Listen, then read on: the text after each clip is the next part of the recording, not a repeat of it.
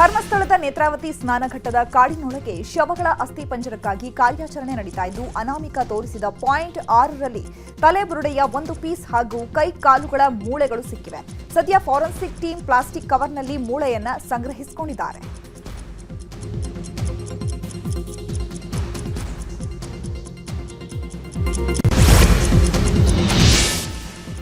ಇನ್ನು spot number 6 ಜಾಗಕ್ಕೆ tent sheet ಹಾಗೇನೆ ಕಬ್ಬಿಣದ ರಾಡ್ಗಳನ್ನು ಸಿಬ್ಬಂದಿ ತಗೊಂಡು ಹೋಗಿ ಜಾಗದ ಸುತ್ತ ಟೆಂಟ್ ಹಾಕಿ ರಕ್ಷಣೆ ಮಾಡ್ತಾ ಇದ್ದಾರೆ.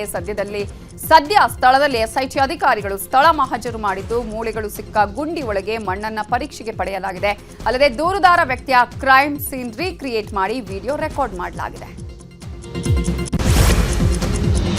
ಧರ್ಮಸ್ಥಳದ ಸ್ಪಾಟ್ 6ರಲ್ಲಿ ಅಸ್ಥಿಪಂಜರ ಪತ್ತೆ ಹಿನ್ನೆಲೆ ಎಫ್ಎಸ್ಎಲ್ನಿಂದ 50 ಸ್ಥಳ ಮಹಜರು ಮಾಡಲಾಗಿದೆ. ಈವರೆಗೆ ಅಸ್ಥಿಪಂಜರದ 12 ಭಾಗಗಳನ್ನು ಎಫ್ಎಸ್ಎಲ್ ತಂಡ ಸಂಗ್ರಹಿಸಿದೆ. ಇದರ ಜೊತೆಗೆ ಕೆಲ ಬಟ್ಟೆಯ ತುಂಡುಗಳು ಕೂಡ ಸಿಕ್ಕಿವೆ. ಎಲ್ಲವನ್ನ ಸೂಕ್ಷ್ಮವಾಗಿ ಎಫ್ಎಸ್ಎಲ್ ತಂಡ ಪರಿಶೀಲನೆ ಮಾಡ್ತಾ ಇದೆ. ಎಸಿ ಸ್ಟೆಲ್ಲಾ ವರ್ಗೀಸ್ ನೇತೃತ್ವದಲ್ಲಿ ಮಹಜರು ನಡೆಸಲಾಗಿದೆ. ಇನ್ನು ಸಿಕ್ಕ ಮೂಳೆಗಳನ್ನು ಎಫ್ಎಸ್ಎಲ್ಗೆ ಕಳುಹಿಸಲು ಸಿದ್ಧತೆ ನಡೆಸಲಾಗಿದೆ.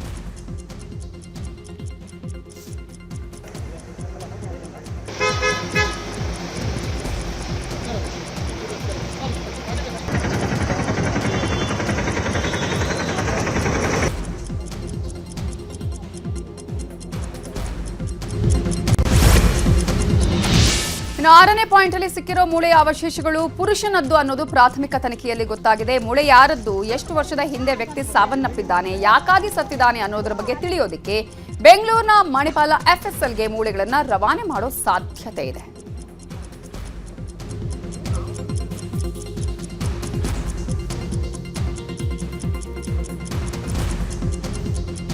ಇನ್ನು ಎಫ್ಎಸ್ಎಲ್ ಪರೀಕ್ಷೆ ಬಗ್ಗೆ ಬೋರಿಂಗ್ ಆಸ್ಪತ್ರೆ ಸಹಾಯಕ ಪ್ರಾಧ್ಯಾಪಕ ಡಾಕ್ಟರ್ ನಾಗೇಶ್ ಮತ್ತು ವಿಧಿವಿಜ್ಞಾನ ತಜ್ಞ ಡಾಕ್ಟರ್ ದಿನೇಶ್ ರಾವ್ ಮಾಹಿತಿ ಕೊಟ್ಟಿದ್ದಾರೆ.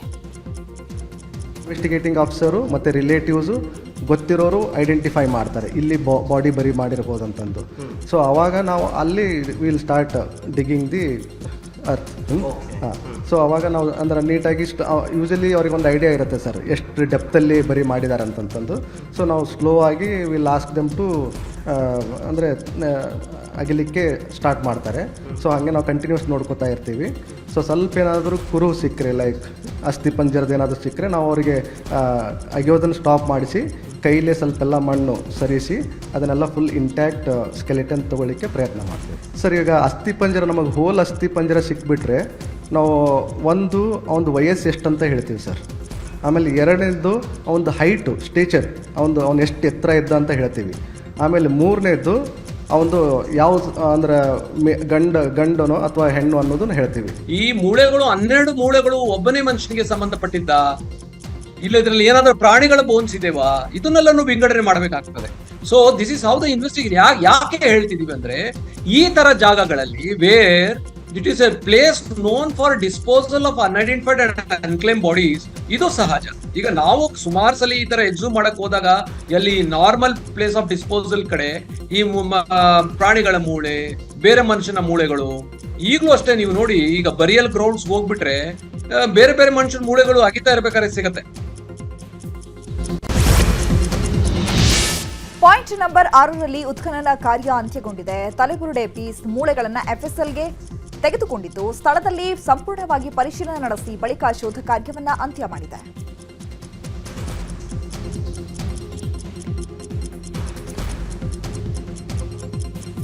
ಆರನೇ ಪಾಯಿಂಟ್ನಲ್ಲಿ ಮತ್ತಷ್ಟು ಮೂಳೆ ಸಿಗುವ ಸಾಧ್ಯತೆ ಇರೋದ್ರಿಂದ ಸ್ಥಳಕ್ಕೆ ಶ್ವಾನದ ದಳ ಕರೆಸಿ ಶೋಧ ಕಾರ್ಯವನ್ನ ಮಾಡಲಾಗಿದೆ. ಮೂಳೆ ಸಿಕ್ಕ ಸುತ್ತಮುತ್ತ ಪ್ರದೇಶದಲ್ಲೂ ಡಾಗ್ ಸ್ಕ್ವಾಡ್ನಿಂದ ಪರಿಶೀಲನೆ ಮಾಡಲಾಗಿದೆ.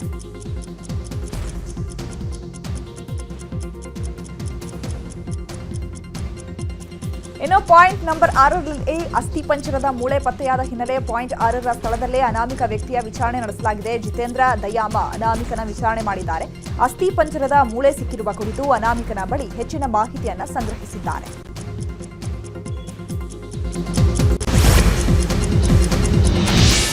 ಪಾಯಿಂಟ್ 6ರಲ್ಲಿ ಅಸ್ಥಿಪಂಜರದ ಅವಶೇಷ ಪತ್ತೆಯಾಗಿರೋ ಹಿನ್ನೆಲೆ ಪ್ಲಾಸ್ಟಿಕ್ ಕವರ್ನಲ್ಲಿ ಮೂಳೆಗಳನ್ನು ಸೇಫ್ ಆಗಿ ಇರಿಸಲಾಗಿದೆ. ಸದ್ಯ ಸಿಕ್ಕಿರೋ ಅಸ್ಥಿಪಂಜರದ ವಿಚಾರಗಳನ್ನು ಅಥವಾ ಅವಶೇಷಗಳನ್ನು ಇವತ್ತೇ ಎಫ್ಎಸ್ಎಲ್ಗೆ ರವಾನಿಸಲಿದ್ದು, ಎಫ್ಎಸ್ಎಲ್ನಲ್ಲಿ ಮೂಳೆಗಳ ಪರೀಕ್ಷೆ ನಡೆಸಲಾಗುತ್ತೆ. ವಯಸ್ಸು, ಸಾವಿನ ಕಾರಣದ ಕುರಿತು ಡಿಎನ್ಎ ಟೆಸ್ಟ್ ಮಾಡಬೇಕಾಗತ್ತೆ. ಅಲ್ಲದೆ ಕೊಲೆ, ನಾಪತ್ತೆ ಕೇಸ್ಗೂ ಸಿಗುವ ಅಸ್ಥಿಪಂಜರಗಳಿಗೂ ತಾಳೆ ಮಾಡಿ ನೋಡಲಾಗುತ್ತೆ. ಪಾಯಿಂಟ್ ನಂಬರ್ 6 ಇಲ್ಲಿ ತಲೆಬುರುಡೆ ಪೀಸ್ ಹಾಗೆಯೇ ಮೂಳೆಗಳು ಸಿಕ್ಕ ಹಿನ್ನೆಲೆಯಲ್ಲಿ ಅನನ್ಯ ಭಟ್ ತಾಯಿ ಸುಜಾತಾ ಭಟ್ ಪರ ವಕೀಲ ಮಂಜುನಾಥ್ ಸತ್ಯಮೇವ ಜಯತೆ ಅಂತ ಪತ್ರಿಕಾ ಪ್ರಕಟಣೆ ಹೊರಡಿಸಿದ್ದಾರೆ. ಪತ್ರಿಕಾ ಪ್ರಕಟಣೆಯಲ್ಲಿ ಗಾಡ್ ಇಸ್ ಗ್ರೇಟ್ ಸತ್ಯಮೇವ ಜಯತೆ ಅಂತ ಉಲ್ಲೇಖ ಮಾಡಿದ್ದಾರೆ. ಶವಹೂದ ಕೇಸ್ ತನಿಖೆಗೆ ನಿಯೋಜನೆಗೊಂಡಿರೋ ಎಸ್ಐಟಿಗೆ ಮತ್ತಷ್ಟು ಪೊಲೀಸ್ ಬಲ ಬಂದಿದೆ. ಈಗಾಗಲೇ 20 ಮಂದಿ ಪೊಲೀಸ್ ಅಧಿಕಾರಿಯನ್ನ ನೇಮಕ ಮಾಡಲಾಗಿತ್ತು. ಇದೀಗ ಹೆಚ್ಚುವರಿಯಾಗಿ ಮತ್ತೆ 9 ಮಂದಿ ಪೊಲೀಸರನ್ನ ಎಸ್ಐಟಿಗೆ ನೇಮಕ ಮಾಡಲಾಗಿದೆ. ಉಪ್ಪಿನಂಗಡಿ ಠಾಣೆ ಎಎಸ್ಐ ಲಾರೆನ್ಸ್, ಸೆನ್ ಠಾಣೆಯ ಎಚ್ಸಿ ಪುನೀತ್, ವಿಟ್ಲ ಠಾಣಾ ಪಿಸಿ ಮನೋಜ್, ಪುಂಚಾಲಕಟ್ಟೆ ಠಾಣೆಯ ಪಿಸಿ ಸಂದೀಪ್, ಉಡುಪಿ ಸಿಎಸ್ಪಿ ಠಾಣೆಯ ಪಿಸಿ ಲೋಕೇಶ್, ಹೊನ್ನಾವರ ಠಾಣೆಯ ಎಚ್ಸಿ ರಮೇಶ್ ನಾಯ್ಕ್, ಮಂಗಳೂರು ಎಫ್ಎಂಎಸ್ ದಳದ ಜಯರಾಮೇಗೌಡ ಮತ್ತು ಎಚ್ಸಿ ಬಾಲಕೃಷ್ಣ ಗೌಡ ಅವರನ್ನ ತಕ್ಷಣಕ್ಕೆ ಜಾರಿಗೆ ಬರುವಂತೆ ನೇಮಕ ಮಾಡಲಾಗಿದೆ.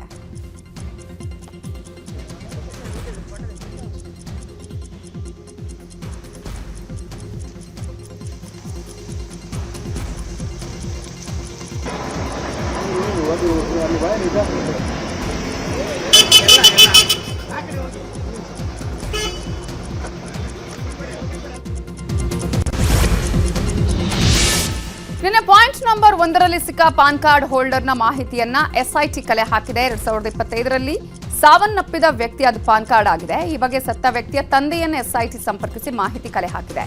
ಮಾರ್ಚ್ 2025ರಲ್ಲಿ ಜಾಂಡಿಸ್ ಬಂದು ವ್ಯಕ್ತಿ ಸಾವನ್ನಪ್ಪಿರುವುದಾಗಿ ತಿಳಿದು ಬಂದಿದೆ.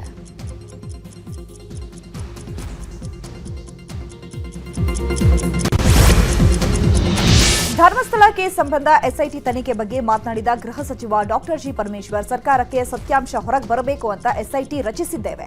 ಎಸ್ಐಟಿ ತನಿಖೆ ಬಳಿಕ ಸತ್ಯ ಗೊತ್ತಾಗುತ್ತೆ. ಇಷ್ಟೇ ಸರ್ಕಾರಕ್ಕೆ ಬೇಕಾಗಿರೋದು. ಇದರಲ್ಲಿ ಯಾವ ರಾಜಕೀಯವೂ ಇಲ್ಲ. ಯಾರನ್ನೂ ಸಿಕ್ಕಿಸಬೇಕು ಎಂಬ ಅಜೆಂಡಾವೂ ಸರ್ಕಾರಕ್ಕಿಲ್ಲ. ಇದರಲ್ಲಿ ಯಾರಿಗೂ ಅಪಮಾನ ಬೇಡ, ಅನುಮಾನ ಬೇಡ. ಸದ್ಯ ತನಿಖೆ ಆಗ್ತಾ ಇದೆ. ತನಿಖೆ ಪೂರ್ಣಗೊಂಡ ಬಳಿಕ ಮಾತನಾಡ್ತೇನೆ ಅಂತ ಹೇಳಿದ್ದಾರೆ. ಸರ್ಕಾರದ ಆಸಕ್ತಿ ಏನಿದೆ ಹೇಳಿ? ನಾವು ಇಲ್ಲ ಅಂದರೆ ನಾವು SIT ಯಾಕೆ ಮಾಡ್ತಾ ಇದ್ವಿ? ನಮಗೆ ಸರ್ಕಾರಕ್ಕೆ ಸತ್ಯಾಂಶ ಹೊರಗೆ ಬರಬೇಕು ಅನ್ನೋದಷ್ಟೇ ನಮಗೆ ಇರ್ತಕ್ಕಂಥದ್ದು. ಅದಕ್ಕೋಸ್ಕರ ನಾವು SITಯನ್ನು ಮಾಡಿದ್ದೇವೆ. SIT ಸಂಪೂರ್ಣ ಆಗಿ ವರದಿ ಸಲ್ಲಿಸಿದ ಮೇಲೆ ಅದರ ಸತ್ಯಾಸತ್ಯತೆಗಳು ಗೊತ್ತಾಗುತ್ತೆ. ಇದರಲ್ಲಿ ಯಾವುದೇ ರಾಜಕೀಯ ಇಲ್ಲ ಮತ್ತು ಯಾವುದೇ ಧರ್ಮಸ್ಥಳದಲ್ಲಿ ಎಸ್ಐಟಿ ತನಿಖೆ ಕುರಿತಾಗಿ ಕಲಬುರಗಿಯಲ್ಲಿ ಮಾತನಾಡಿದ ಮಹಿಳಾ ಆಯೋಗದ ಅಧ್ಯಕ್ಷೆ ನಾಗಲಕ್ಷ್ಮಿ ಚೌಧರಿ, ತನಿಖೆ ಆಗಬೇಕು ಅಂತ ಸರ್ಕಾರಕ್ಕೆ ಮಹಿಳಾ ಆಯೋಗದಿಂದ ಪತ್ರ ಬರೆದಿದ್ವಿ. ಈಗ ಸರ್ಕಾರ ಎಸ್ಐಟಿ ರಚಿಸಿ ತನಿಖೆ ಮಾಡಿಸ್ತಾ ಇದೆ. ಸದ್ಯ ತನಿಖೆ ಮುಗಿಯೋವರೆಗೂ ನಾನೇನು ಕಾಮೆಂಟ್ ಮಾಡೋದಿಲ್ಲ ಅಂತ ಹೇಳಿದ್ದಾರೆ. ಸ್ಯಾಟಿಸ್ಫೈಡ್ ಅನ್ನೋದಕ್ಕಿಂತ ನೋಡಿ, ಇದು ತನಿಖೆ ಆಗಬೇಕು ಅಂತ SITಗೆ ಕೊಡಬೇಕು ಅಂತ ಬರೆದಿದ್ದು ಮಹಿಳಾ ಆಯೋಗ. ಸೊ ಹಾಗೆ ಸರ್ಕಾರ ಸಹ ಅದಕ್ಕೆ ಸ್ಪಂದಿಸಿ ಮಾನ್ಯ ಮುಖ್ಯಮಂತ್ರಿಗಳು ಇವತ್ತು SIT ತನಿಖೆಗೆ ಒಪ್ಪಿಸಿದ್ದಾರೆ. ಮತ್ತು ಅವ್ರ ಕೆಲಸ ಅವ್ರು ಮಾಡ್ತಾ ಇದ್ದಾರೆ. ತನಿಖೆ ವರದಿ ಬರೋ ತನಕ ಅದ್ರ ಬಗ್ಗೆ ಕಮೆಂಟ್ ಮಾಡೋದು ಸರಿಯಲ್ಲ. ಈಗ ರಾಜ್ಯದಲ್ಲಿ ನಡೆದಿರುವ ಪ್ರಮುಖ ವಿದ್ಯಮಾನಗಳನ್ನು ನೋಡೋಣ. ನಟ ಪ್ರಥಮ್ ಮೇಲೆ ಹಲ್ಲೆ ನಡೆದಿರೋ ಪ್ರಕರಣಕ್ಕೆ ಸಂಬಂಧಪಟ್ಟ ಹಾಗೆ ಪೊಲೀಸರು ನೋಟಿಸ್ ಕೊಟ್ಟಿದ್ದಾರೆ. ನಟ ಪ್ರಥಮ್, ರಕ್ಷಕ್ ಹಾಗೇನೆ ಜಮೀನು ಮಾಲೀಕ ಮಹೇಶ್ಗೆ ನೋಟಿಸ್ ನೀಡಲಾಗಿದೆ. ಸದ್ಯ ಇವತ್ತು ನಟ ಪ್ರಥಮ್ ದೊಡ್ಡಬಳ್ಳಾಪುರ ಪೊಲೀಸ್ ಠಾಣೆಗೆ ಹಾಜರಾಗಿದ್ರು. ಇನ್ಸ್ಪೆಕ್ಟರ್ ಸಾದಿಕ್ ಪಾಷಾ ಅವರು ಪ್ರಥಮ್ ಅವನ್ನ ವಿಚಾರಣೆ ಮಾಡಿದ್ರು. ಯಾರು ಬೆದರಿಕೆ ಹಾಕಿದ್ರು, ಏನೆಲ್ಲ ಘಟನೆ ನಡೆಯಿತು ಅನ್ನೋದ್ರ ಬಗ್ಗೆ ಪ್ರಥಮ್ ಮಾಹಿತಿ ಕೊಡ್ತಿದ್ದಾರೆ. ಪ್ರಥಮ್ಗೆ ಬೆದರಿಕೆ ಹಾಕಿದ ಬೇಕರಿ ರಘು ಹಾಗೆಯೇ ಯಶಸ್ವಿನಿಗೆ ನೋಟಿಸ್ ಜಾರಿ ಮಾಡಿ ವಿಚಾರಣೆಗೆ ಹಾಜರಾಗುವಂತೆ ಸೂಚಿಸಲಾಗಿತ್ತು. ಹೀಗಾಗಿ ಇವತ್ತು ವಿಚಾರಣೆಗೂ ಮುನ್ನವೇ ಜಾಮೀನಿಗಾಗಿ ದೊಡ್ಡಬಳ್ಳಾಪುರದ ನ್ಯಾಯಾಲಯಕ್ಕೆ ಆಗಮಿಸಿದ್ರು. ಸದ್ಯ ಕೋರ್ಟ್ ಬೇಕರಿ ರಘು ಹಾಗೂ ಯಶಸ್ವಿನಿಗೆ ಷರತ್ತುಬದ್ಧ ಜಾಮೀನು ಮಂಜೂರು ಮಾಡಿದೆ. ಬಳಿಕ ಮಾಧ್ಯಮಗಳಿಗೆ ಮಾತನಾಡಿರೋ ಯಶಸ್ವಿನಿ, ನಾನಂತೂ ಪ್ರಥಮ್ನ ಬಿಡೋ ಮಾತೇ ಇಲ್ಲ. ನನ್ನಿಂದ ದರ್ಶನ್ ಅವ್ರಿಗೆ ಏನಾಗಬೇಕು, ಅವರಿಂದ ನನಗೇನಾಗಬೇಕು, ನಾನು ಸಹ ಪ್ರಥಮ್ ಮೇಲೆ ಪ್ರತಿ ದೂರು ದಾಖಲಿಸ್ತೇನೆ, ಮಾನನಷ್ಟ ಮೊಕದ್ದಮೆ ಹಾಕ್ತೇನೆ ಅಂತ ಹೇಳಿದ್ದಾರೆ. ನನ್ಗೆ ದರ್ಶನ್ ಅವರಿಂದ ನಂಗೆ ಏನಾಗ್ಬೇಕು, ನನ್ನಿಂದ ದರ್ಶನ್ ಅವ್ರಿಗೆ ಏನಾಗ್ಬೇಕು ಅಲ್ವಾ? ದರ್ಶನ್ ಅವರಿಂದ ಏನಾಗ್ಬೇಕು ನನ್ಗೆ, ಇಲ್ದೇ ನನ್ನಿಂದ ದರ್ಶನ್ ಅವ್ರಿಗೆ ಏನಾಗ್ಬೇಕು? ನೋಡಿ, ಆಕ್ಚುಲಿ ಏನ್ ಗೊತ್ತಾ, ನಾನು ಇವಾಗ ಕೌಂಟರ್ ಕಂಪ್ಲೇಂಟ್ ಕೊಡ್ತೀನಿ, ಇದೆಲ್ಲ ಇಷ್ಟೆಲ್ಲ ಇಶ್ಯೂ ಮಾಡೋನೆ. ನಾನಂತೂ ಬಿಡೋ ಅಂತ ಮೊದ್ಲೇ ಅಲ್ವೇ ಅಲ್ಲ, ಡಿಫಾಮೇಶನ್ ಕೇಸ್ ಹಾಕ್ತೀನಿ. ಫಸ್ಟ್ ಆಫ್ ಆಲ್ ಪಾಪ ರಘು ಅವ್ರು ಬಂದೇ ಇರ್ಲಿಲ್ಲ. ರಘು ಅವ್ರನ್ನ ಅವ್ರು ನೋಡೇ ಇಲ್ಲ ಬಿಡ್ರಿ, ಟಿವಿಯಲ್ಲಿ ನೋಡಿರೋದು. ಸುಮ್ನೆ ಅವ್ರ ಹೆಸರೇನು ಕೆತ್ಬೇಕು? ರಘು ವಿಷಯ ಏನಕ್ಕೆ ಎತ್ಬೇಕು? ಬಂದಿದ್ರೆ ಆರೋಪ ಮಾಡಿದ್ರೆ ಹೌದು, ಅವ್ರ ಪಾಡ್ಗವ್ರು ಅವ್ರ ಫ್ಯಾಮಿಲಿ ಜೊತೆ ಚೆನ್ನಾಗಿ. ನಟ ದರ್ಶನ್ ಸೇರಿದಂತೆ ಆರೋಪಿಗಳ ಜಾಮೀನು ರದ್ದು ಕೋರಿ ಸಲ್ಲಿಸಿದ್ದ ಅರ್ಜಿ ಸುಪ್ರೀಂ ಕೋರ್ಟ್ನಲ್ಲಿ ವಿಚಾರಣೆ ನಡೆದಿತ್ತು. ಈಗಾಗಲೇ ಸರ್ಕಾರದ ಪರ ವಕೀಲರು ಹಾಗೂ ಆರೋಪಿಗಳ ಪರ ವಕೀಲರ ವಾದ ಪ್ರತಿವಾದ ಆಲಿಸಿ ಸುಪ್ರೀಂ ತೀರ್ಪು ಕಾಯ್ದಿರಿಸಿದೆ. ಅಲ್ಲದೆ ಜಾಮೀನು ಸಂಬಂಧ ಲಿಖಿತ ವಾದ ಸಲ್ಲಿಕೆಗೂ ಸೂಚನೆ ನೀಡಿತ್ತು. ಸುಪ್ರೀಂ ನೀಡಿದ ಡೆಡ್ಲೈನ್ ನಾಳೆಗೆ ಮುಗಿಯಲಿದೆ. ನಾಳೆಯೊಳಗೆ 7 ಆರೋಪಿಗಳು ಲಿಖಿತ ವಾದವನ್ನು ಸಲ್ಲಿಸಬೇಕಿದೆ. ಈಗಾಗಲೇ A6 ಜಗದೀಶ್, A7 ಅನುಕುಮಾರ್ ಪರ ವಕೀಲ ರಂಗನಾಥ್ ರೆಡ್ಡಿ ಲಿಖಿತ ವಾದ ಸಲ್ಲಿಕೆ ಮಾಡಿದ್ದಾರೆ. ಸುಮಾರು 7 ಅಂಶಗಳನ್ನು ಉಲ್ಲೇಖಿಸಿ ಲಿಖಿತ ವಾದ ಸಲ್ಲಿಕೆ ಮಾಡಿದ್ದಾರೆ.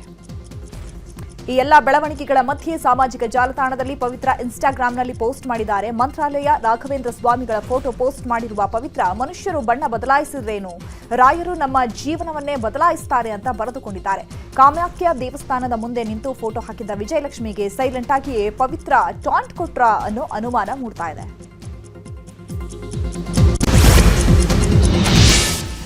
ಆಗಸ್ಟ್ ಅಂತ್ಯಕ್ಕೆ ಬೆಂಗಳೂರಲ್ಲಿ ಮತ್ತೆ ಟೋಯಿಂಗ್ ಆರಂಭ ವಿಚಾರದ ಕುರಿತು ಮಾತನಾಡಿರುವ ಗೃಹ ಸಚಿವ ಡಾಕ್ಟರ್ ಜಿ ಪರಮೇಶ್ವರ್, ಇಲಾಖೆಯಿಂದಲೇ ಟೋಯಿಂಗ್ ಮಾಡ್ತೇವೆ, ಗುತ್ತಿಗೆ ಕೊಡೋದಿಲ್ಲ. ನಗರದಲ್ಲಿ ಪಾರ್ಕಿಂಗ್ ಸಮಸ್ಯೆ ಹೆಚ್ಚಾಗಿದೆ, ರಸ್ತೆಯಲ್ಲಿ ನಿಲ್ಲಿಸುವ ವಾಹನಗಳನ್ನು ಟೋಯಿಂಗ್ ಮಾಡಲಾಗುತ್ತೆ. ಪೊಲೀಸರಿಗೆ ಜನರ ಜೊತೆ ಶಾಂತ ರೀತಿಯಲ್ಲಿ ವರ್ತಿಸಲು ಸೂಚಿಸಿದ್ದೇನೆ ಅಂತ ಹೇಳಿದರು. ಶುರು ನಾವು ಹೇಳಿದ್ದೀನಿ, ನಾನಾಗಲೇ ಪ್ರಕಟಣೆ ಮಾಡಿದ್ದೇನಲ್ಲ, ಇಲಾಖೆ ವತಿಯಿಂದ ನಾವು ಟೋಯಿಂಗಿಗೆ ಕೆಲಸ ಪ್ರಾರಂಭ ಮಾಡ್ತೀವಿ. ನಾವು ಹಿಂದೆ ಎಲ್ಲ ಇದು ಕೊಟ್ಟಿದ್ರು, ಏನು ಕಾಂಟ್ರಾಕ್ಟು, ಅದು ಕಾಂಟ್ರಾಕ್ಟ್ ಯಾರಿಗೂ ಕೊಡಲ್ಲ, ಇಲಾಖೆ ವತಿಯಿಂದನೇ ಮಾಡ್ತೀವಿ ಅಂತ ಹೇಳಿದ್ದೆ ನಾನು. ಅದು ಪ್ರಕಾರ ಮಾಡ್ತೀವಿ. ಟ್ರಾಫಿಕ್ಕಿಗೆ ಅರ್ಧ ಸಮಸ್ಯೆ ರಸ್ತೆಯಲ್ಲಿ ವೆಹಿಕಲ್ಸ್ ನಿಲ್ಲಿಸೋದು. ಎಲ್ಲಿ ಪಾರ್ಕಿಂಗ್ ಆಗಬಾರ್ದು ಅಂತೀವೋ ಅಲ್ಲೇ ಪಾರ್ಕಿಂಗ್ ಮಾಡಿರ್ತಾರೆ. ಅಂಥ ಸಂದರ್ಭದಲ್ಲಿ ಏನು ಮಾಡಬೇಕು? ರಸ್ತೆ ಮಾಡಿರೋದೇನಕ್ಕೆ? ಜನ ಓಡಾಡೋದಕ್ಕೆ, ಪಾರ್ಕಿಂಗ್ ಮಾಡೋದಕ್ಕೆ ರಸ್ತೆ ಮಾಡಿದ್ದಾರೆ. ಆದರೆ ರಸ್ತೆಗಳಲ್ಲಿ ಮೇಯ್ನ್ ರೋಡ್ಸು, ಆರ್ಟರೀಸ್ ಏನು ಕರಿತೀವಿ, ಆ ರಸ್ತೆಗಳಲ್ಲಿ ಹೆಚ್ಚಿನ ಅಂಶ ನಿಲ್ಲಿಸಬಾರ್ದು ಅಂತ ಹೇಳಿ ನಾವು ಹೇಳ್ತಾ ಇದ್ವಿ. ಈಗ ನಿಲ್ಲಿಸ್ತಾರೆ ಅಂತಂದಾಗ ಅದನ್ನು ಟೋ ಮಾಡಿ ಆಚೆ ತಗೊಂಡೋಗಿ ಮಾಡೋದು. ಚಿನ್ನಸ್ವಾಮಿ ಕ್ರೀಡಾಂಗಣದ ಬಳಿ ಕಾಲ್ತುಳಿತ ಪ್ರಕರಣದಲ್ಲಿ ಅಮಾನತಾಗಿದ್ದಂತಹ 5 ಹಿರಿಯ ಪೊಲೀಸ್ ಅಧಿಕಾರಿಗಳ ಅಮಾನತು ಆದೇಶವನ್ನು ಸರ್ಕಾರ ವಾಪಸ್ ಪಡೆದಿದೆ. 2 IPS ಅಧಿಕಾರಿಗಳಿಗೆ ಸ್ಥಳ ನಿಯೋಜನೆ ಮಾಡಿ ಸರ್ಕಾರ ಆದೇಶಿಸಿದೆ. ಬಿ ದಯಾನಂದ್ ಅವರನ್ನ ಕಾರಾಗೃಹ ಇಲಾಖೆಯ ADGP ಆಗಿ ನಿಯೋಜಿಸಲಾಗಿದೆ. ಟಿ ಶೇಖರ್ ಅವರನ್ನ ಬೆಂಗಳೂರು ಗುಪ್ತಚರ ಇಲಾಖೆಯ SP ಆಗಿ ನಿಯೋಜಿಸಲಾಗಿದೆ. ಇನ್ನು ವಿಕಾಸ್ ಕುಮಾರ್ ಅಮಾನತು ರದ್ದಾಗಿದ್ದು ಆಂತರಿಕ ಭದ್ರತಾ ವಿಭಾಗದ IG ಆಗಿ ನೇಮಕ ಮಾಡಲಾಗಿದೆ.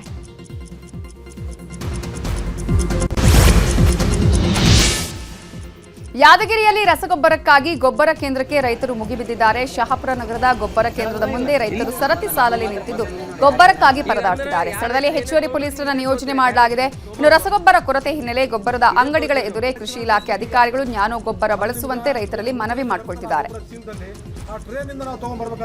ಯಾದಗಿರಿಯಲ್ಲಿ ಗೊಬ್ಬರಕ್ಕಾಗಿ ರಸ್ತೆ ತಡೆದು ರೈತರು ಪ್ರತಿಭಟನೆ ನಡೆಸಿದ್ದಾರೆ. ಕೃಷಿ ಉತ್ಪನ್ನ ಮಾರುಕಟ್ಟೆ ಎದುರು ಪ್ರತಿಭಟನೆ ನಡೆಸಿದ್ದು ಗೊಬ್ಬರಕ್ಕಾಗಿ ರೈತರು ಪಟ್ಟು ಹಿಡಿದಿದ್ದಾರೆ. ಸುರಪುರ CPI ಉಮೇಶ್ ಅವರ ಮನವೊಲಿಕೆಗೂ ಬಗ್ಗದೆ ರೈತರು ಪ್ರತಿಭಟನೆ ನಡೆಸಿದ್ದಾರೆ.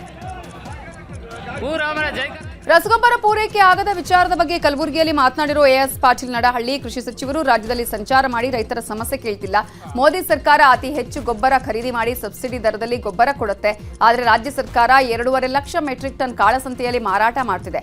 ಕೃಷಿ ಸಚಿವರಿಗೆ ಕನಿಷ್ಠ ಜ್ಞಾನ ಕೂಡ ಇಲ್ಲ ಅಂತ ಕಿಡಿಕಾರಿದ್ದಾರೆ. ರಸಗೊಬ್ಬರ ಕಾಳಸಂತೆಕೋರರ ವಿರುದ್ಧ ಕಠಿಣ ಕ್ರಮಕ್ಕೆ ಸಿಎಂ ಸಿದ್ದರಾಮಯ್ಯ ಸೂಚಿಸಿದ್ದಾರೆ. ರಾಜ್ಯ ಪೊಲೀಸ್ ಮಹಾನಿರ್ದೇಶಕರಿಗೆ ಸೂಚನೆ ಕೊಟ್ಟಿದ್ದಾರೆ. ಕೇಂದ್ರ ಸರ್ಕಾರ ರಾಜ್ಯಕ್ಕೆ ಅಗತ್ಯ ರಸಗೊಬ್ಬರ ಸರಬರಾಜು ಮಾಡದೆ ಅನ್ಯಾಯ ಎಸಗಿದೆ. ಇಂತಹ ಸಂದರ್ಭದಲ್ಲಿ ಕಾಳಸಂತೆಕೋರರು ತಲೆ ಎತ್ತದಂತೆ ತೀವ್ರ ನಿಗಾ ವಹಿಸುವಂತೆ ಸಿಎಂ ಸೂಚಿಸಿದ್ದಾರೆ. ಟೋಲ್ ಕಟ್ಟುವ ವಿಚಾರದಲ್ಲಿ ಕಾರ್ ಚಾಲಕನ ಮೇಲೆ ಹಿಗ್ಗಾಮುಗ್ಗಾ, ಟೋಲ್ ಸಿಬ್ಬಂದಿ ಹಿಗ್ಗಾಮುಗ್ಗಾ ಥಳಿಸಿದ್ದಾರೆ. ದೊಡ್ಡಬಳ್ಳಾಪುರದ ಹುಲಿಕುಂಟೆ ಬಳಿ ಘಟನೆ ನಡೆದಿದೆ. ವೆಂಕಟೇಶ್ ಅನ್ನೋರ ಮೇಲೆ ಸಿಬ್ಬಂದಿ ಹಲ್ಲೆ ಮಾಡಿದ್ದಾರೆ. ನಾನು ಸ್ಥಳೀಯ, ಯಾಕೆ ಟೋಲ್ ಕಟ್ಟಬೇಕು ಅಂತ ವೆಂಕಟೇಶ್ ಪ್ರಶ್ನೆ ಮಾಡಿದ್ದಾರೆ. ಹಣ ಕಟ್ಟಲು ತಡ ಮಾಡಿದ್ದಕ್ಕೆ 8 ಮಂದಿ ಸಿಬ್ಬಂದಿ ವೆಂಕಟೇಶ್ ಮೇಲೆ ಮುಖದಲ್ಲಿ ರಕ್ತ ಬರುವಂತೆ ಹಲ್ಲೆ ಮಾಡಿದ್ದಾರೆ. ಹಲ್ಲೆ ಮಾಡಿರುವವರನ್ನ ಪೊಲೀಸರು ವಶಕ್ಕೆ ಪಡೆದಿದ್ದು ವಿಚಾರಣೆ ಮಾಡ್ತಾ ಇದ್ದಾರೆ.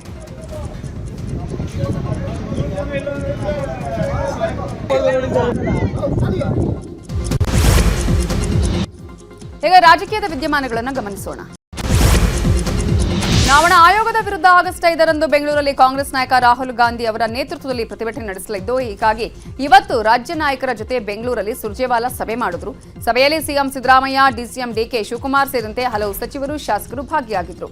ರಾಹುಲ್ ಹೋರಾಟದ ಬಗ್ಗೆ ಚರ್ಚೆ ಮಾಡಿದ್ರು. ಇನ್ನು ರಾಹುಲ್ ಗಾಂಧಿ 500 ಮೀಟರ್ ದೂರ ಮಾತ್ರ ಪ್ರತಿಭಟನಾ ರ್ಯಾಲಿ ಮಾಡಲಿದ್ದಾರೆ.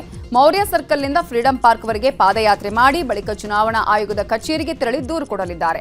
ಈ ಬಗ್ಗೆ ಸುರ್ಜೇವಾಲಾ ಜೊತೆ ನಡೆದ ಸಭೆಯಲ್ಲಿ ತೀರ್ಮಾನಿಸಲಾಗಿದೆ. ಸಭೆ ಬಳಿಕ ರಾಹುಲ್ ಗಾಂಧಿ ಹೋರಾಟದ ಬಗ್ಗೆ DCM DKಶಿ ಸಚಿವ ದಿನೇಶ್ ಗುಂಡೂರಾವ್ ಮಾಹಿತಿ ನೀಡಿದರು.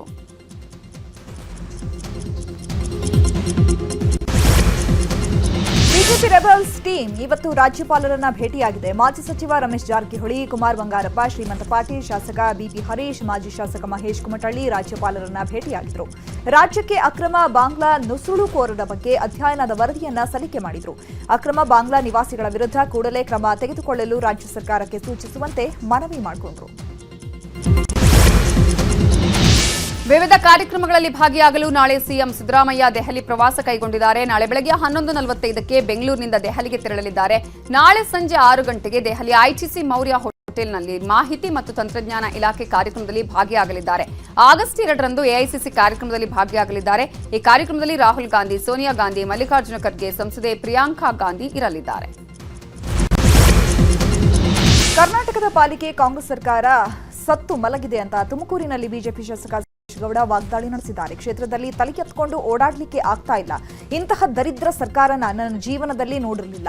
ಕರ್ನಾಟಕ ಸಮಗ್ರ ಅಭಿವೃದ್ಧಿ ಆಗಬೇಕು ಅಂದ್ರೆ ಎಲ್ಲ ಶಾಸಕರನ್ನ ಕರೆದು ಅನುದಾನ ಕೊಡುವ ಬಗ್ಗೆ ಮಾತನಾಡಬೇಕಾಗಿತ್ತು. ಸಿದ್ದರಾಮಯ್ಯ ಹೋಗೋ ಕಾಲದಲ್ಲಿ ಕೇಡುಗಾಲಕ್ಕೆ ನಾಯಿ ಮೊಟ್ಟೆ ಇಡ್ತು ಅಂತ ಹೇಳ್ತಾರಲ್ಲ, ಹಾಗಾಗಿ ಸಿದ್ದರಾಮಯ್ಯ ಇಳಿಯೋ ಕಾಲದಲ್ಲಿ ಇಂತಹ ಆರೋಪವನ್ನ ತಗೊಳ್ತಾ ಇದ್ದಾರೆ ಅಂತ ಕಿಡಿಕಾರಿದ್ರು.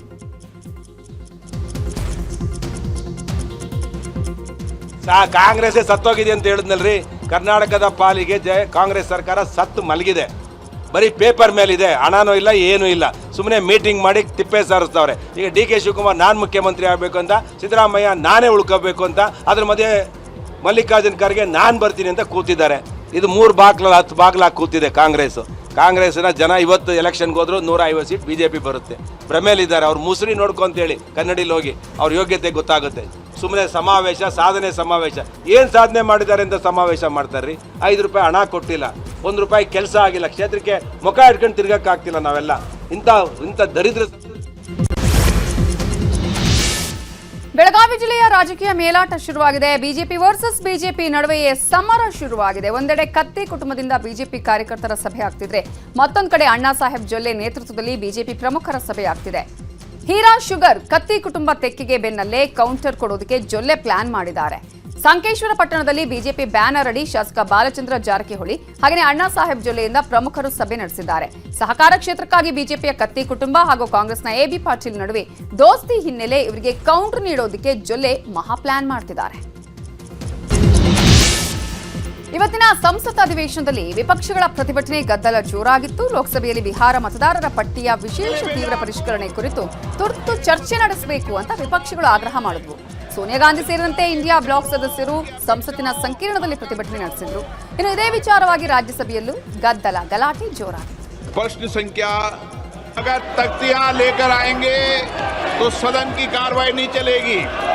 आतेबाजी के लिए भेजा है, तख्तियों के लिए भेजा आपको.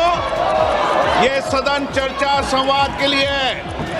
जनता के विचारों, उनकी अपेक्षाओं, आकांक्षाओं को व्यक्त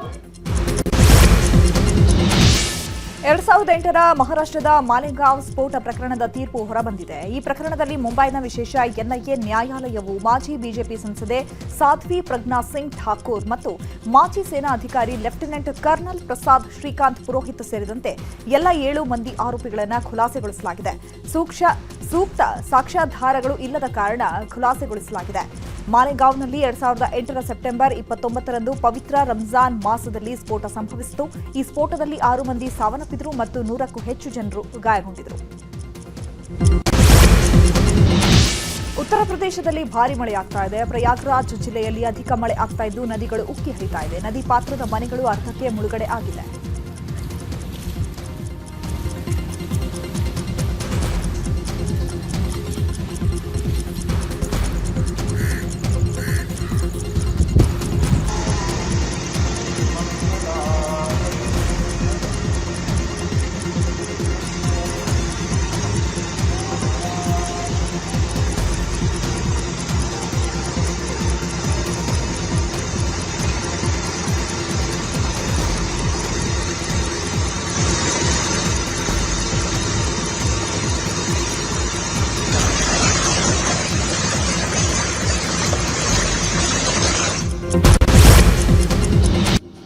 ಅಂತಾರಾಷ್ಟ್ರೀಯ ಮಟ್ಟದಲ್ಲಿ ಏನಾಗ್ತಾ ಇದೆ ಅನ್ನೋದನ್ನ ನೋಡೋಣ ವಿದೇಶ ಸುದ್ದಿಯಲ್ಲಿ. ಭಾರತದ ಆರ್ಥಿಕತೆ ಬಗ್ಗೆ ಅಮೆರಿಕ ಅಧ್ಯಕ್ಷ ಡೊನಾಲ್ಡ್ ಟ್ರಂಪ್ ಶಾಕಿಂಗ್ ಹೇಳಿಕೆ ಕೊಟ್ಟಿದ್ದಾರೆ. ಭಾರತ ಮತ್ತು ರಷ್ಯಾವನ್ನ ತೀವ್ರವಾಗಿ ಟೀಕಿಸಿರೋ ಟ್ರಂಪ್ ಹೊಸ ದಿಲ್ಲಿ ಮತ್ತು ಮಾಸ್ಕೋ ಜೊತೆಗಿನ ವ್ಯವಹಾರಗಳ ಬಗ್ಗೆ ಯಾವ ಕಾರಣಕ್ಕೂ ತಲೆ ಕೆಡಿಸಿಕೊಳ್ಳೋದಿಲ್ಲ. ಅವೆರಡೂ ರಾಷ್ಟ್ರಗಳು ಏನ್ ಮಾಡ್ತವೆ ಅನ್ನೋದು ನಮಗೆ ಮುಖ್ಯ ಅಲ್ಲ. ಭಾರತ ಮತ್ತು ರಷ್ಯಾ ತಮ್ಮ ಸತ್ತ ಆರ್ಥಿಕತೆಗಳನ್ನ ಜೊತೆಯಾಗಿ ಹೂಳಲಿ ಅಂತ ಹೇಳಿದ್ದಾರೆ. ಟ್ರಂಪ್ ಹೇಳಿಕೆಗೆ ಪ್ರಧಾನಿ ಮೋದಿ ವಿರುದ್ಧ ಕಿಡಿಕಾರಿರೋ ಕಾಂಗ್ರೆಸ್ ನಾಯಕರು ಭಾರತದ ಆರ್ಥಿಕತೆ ನೆಲಕಟ್ಟಿದೆ ಅಂತ ಪ್ರಧಾನಿ ಮೋದಿ ಹೊರತಾಗಿ ಎಲ್ಲರಿಗೂ ಗೊತ್ತಿದೆ ಅಂತ ವಾಗ್ದಾಳಿ ನಡೆಸಿದ್ದಾರೆ.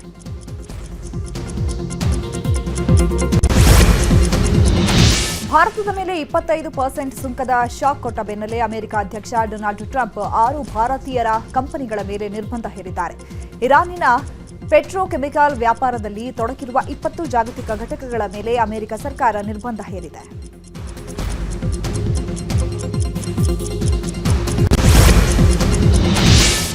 ಅಮೆರಿಕದ ನೌಕಾಪಡೆಯ F-35 ಫೈಟರ್ ಜೆಟ್ ಅಪಘಾತಕ್ಕೀಡಾಗಿದೆ. ಕ್ಯಾಲಿಫೋರ್ನಿಯಾದ ಕಿಂಗ್ಸ್ ಕೌಂಟಿಯಲ್ಲಿರೋ ಲೆಮೋರ್ ವಾಯು ನಿಲ್ದಾಣದ ಬಳಿ ಅಪಘಾತಕ್ಕೀಡಾಗಿದೆ. ಪೈಲಟ್ ಪ್ಯಾರಾಚೂಟ್ ಮೂಲಕ ಜೆಟ್ನಿಂದ ಜಿಗಿದು ತಮ್ಮ ಜೀವ ಉಳಿಸಿಕೊಂಡಿದ್ದಾರೆ. ಜೆಟ್ ಹೊತ್ತಿ ಉರಿತಾ ಇರುವ ದೃಶ್ಯ ವೈರಲ್ ಆಗಿದೆ. Share this live feed because I'll probably have to get out of here once it gets dark.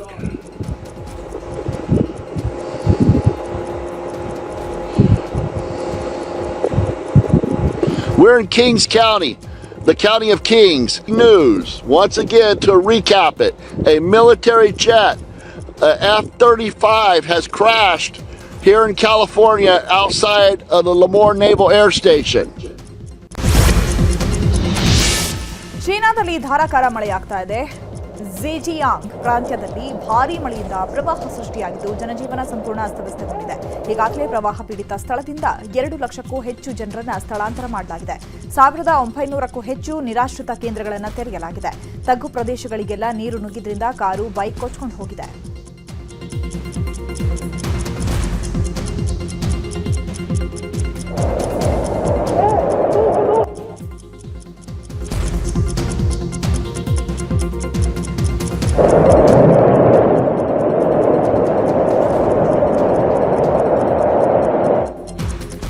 ಅಮೆರಿಕದ ಕ್ಯಾಲಿಫೋರ್ನಿಯಾದ ಕರಾವಳಿ ಭಾಗದಲ್ಲಿ ಸುನಾಮಿ ಎಚ್ಚರಿಕೆ ನೀಡಲಾಗಿದೆ. ಈಗಾಗಲೇ ಬೃಹತ್ ಆಕಾರದ ಅಲೆಗಳು ಅಪ್ಪಳಿಸ್ತಾ ಇದ್ದು ಸಮುದ್ರದ ಬಳಿ ಇರುವ ರಸ್ತೆಗಳು, ಮನೆಗಳು, ವಾಹನಗಳೆಲ್ಲ ಅಲೆಗಳ ಆರ್ಭಟಕ್ಕೆ ಕೊಚ್ಚಿಕೊಂಡು ಹೋಗಿದೆ.